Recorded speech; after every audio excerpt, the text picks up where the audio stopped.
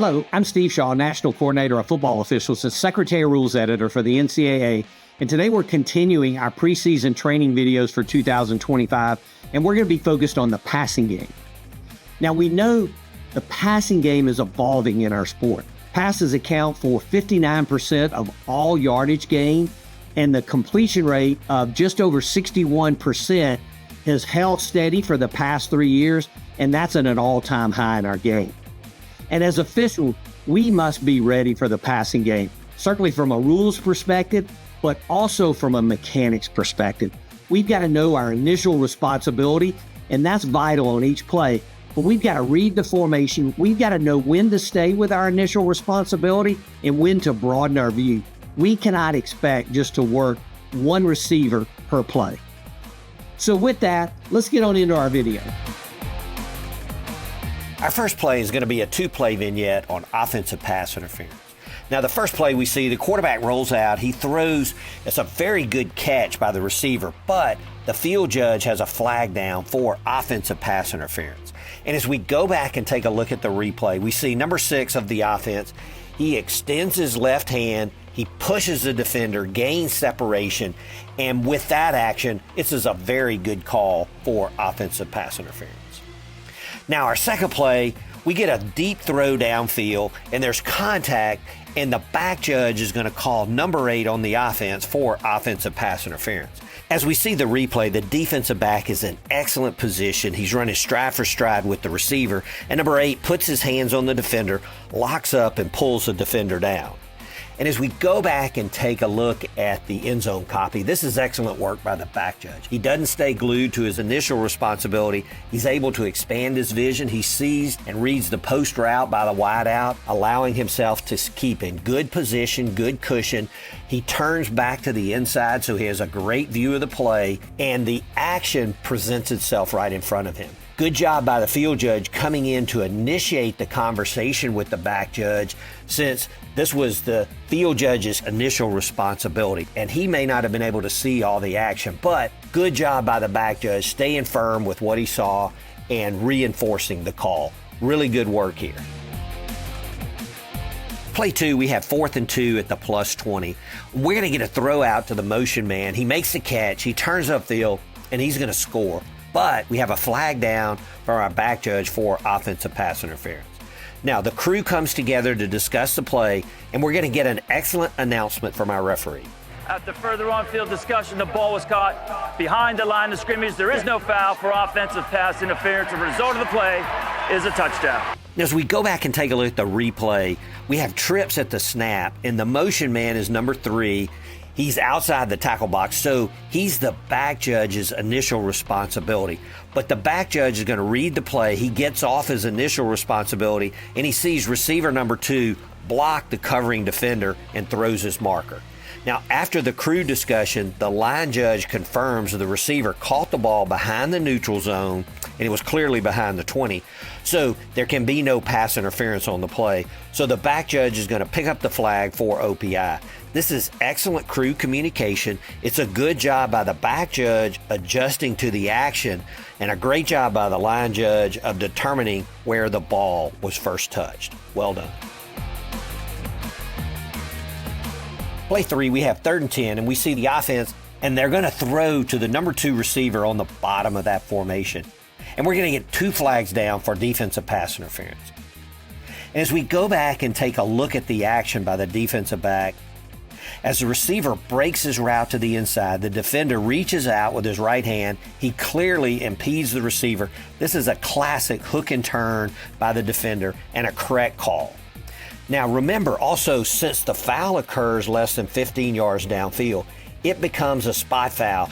And since we're now inside the red zone, the spot of the foul becomes very critical, and we need to work to get our flags at the correct spot. Now we see the back judge from the end zone view. He just tosses his flag to relocate it. But when we do relocate a flag, let's carry it and be very precise with the location.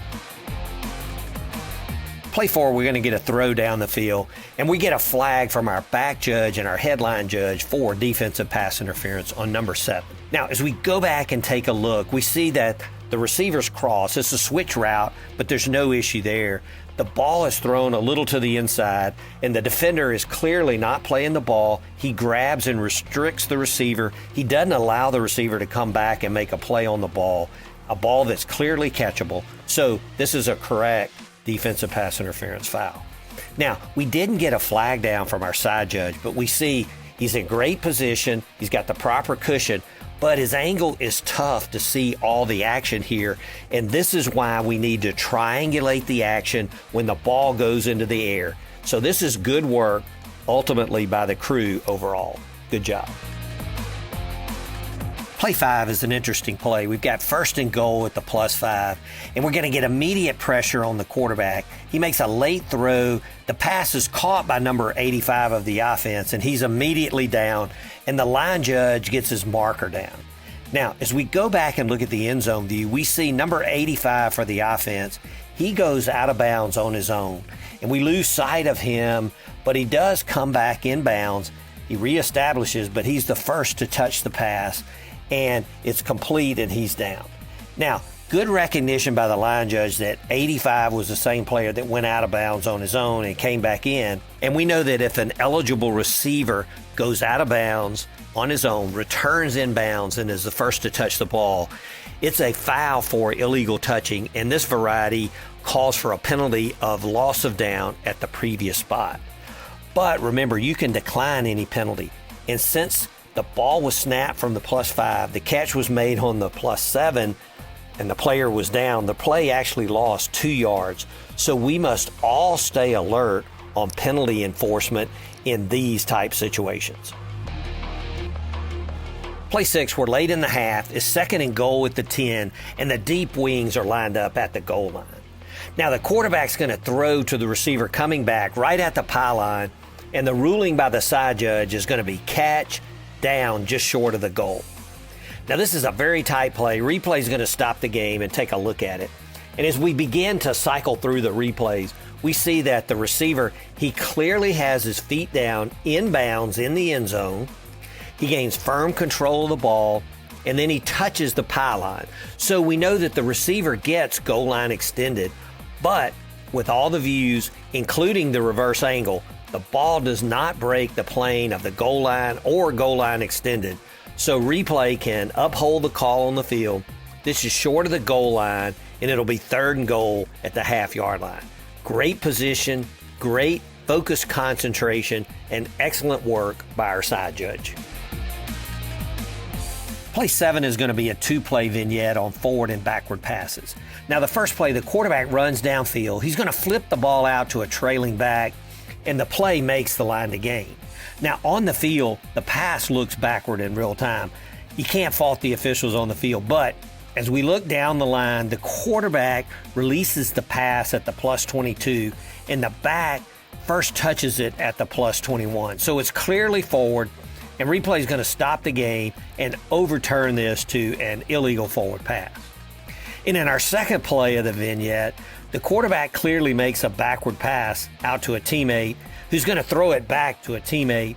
On the field, again, the second pass looks forward and incomplete, but again, replay is going to stop the game. And as we see, the second pass is released from right at or just across the 40, but it's going to land clearly short of the 40. So replay comes in. They're going to make this a backward pass that goes out of bounds back at the 43 for a loss of 13 yards. So let's do our best on the field with these, but replay, stay alert. These are 2 good pickups from replay in determining forward and backward passes. Our last play is an unusual play. The quarterback's going to take the snap. He drops. He quickly throws. The ball's batted back to him. He catches it, and then he's going to roll out, and then he throws it away at the boundary.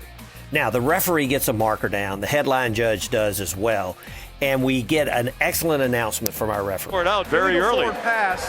The quarterback threw a second forward pass. That is a loss of down and a 5-yard penalty at the spot of the foul. 2nd down. Now, this is good recognition by the crew. And as stated by rule, a second forward pass during the same down is a foul for an illegal forward pass. So good job, referee. Good job, crew. Well, that's it for our plays. And now the season is fast approaching. And as our game continues to change, the passing game is truly an area that is growing and an area we must be at our absolute best. So make sure you review and perfect your mechanics, work within your crew so we're all on the same page, and best of luck to all.